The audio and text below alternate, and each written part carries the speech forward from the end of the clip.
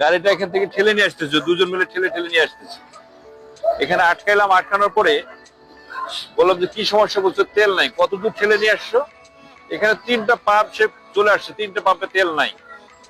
অর্থাৎ 3টা পাম্প হিসেব করলে 4 কিলোমিটার হবে। সে 4 কিলোমিটার ঠেলে নিয়ে আসছে এখানে।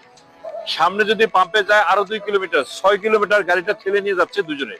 4 কিলোমিটার আসছে, আরো 2 কিলোমিটার যাবে। তাদের ভাষ্য অনুযায়ী তেল নাই, এই কারণে ঠেলে নিয়ে আসছে। কিন্তু মূল উদ্দেশ্যটা কি? এই ঢাকা মিরপুর থেকে টাঙ্গাইল যাওয়ার মূল উদ্দেশ্যটা কি? সে আমাকে বলছে আমি একটা মেয়েকে লাভ করি। কি লাভ করতে, তাই তো? সে একটা মেয়েকে লাভ করে, এই মেয়েটা থাকে টাঙ্গাইল, সে তার সাথে দেখা করার জন্য যাবে। এটা হলো তার মূল উদ্দেশ্য।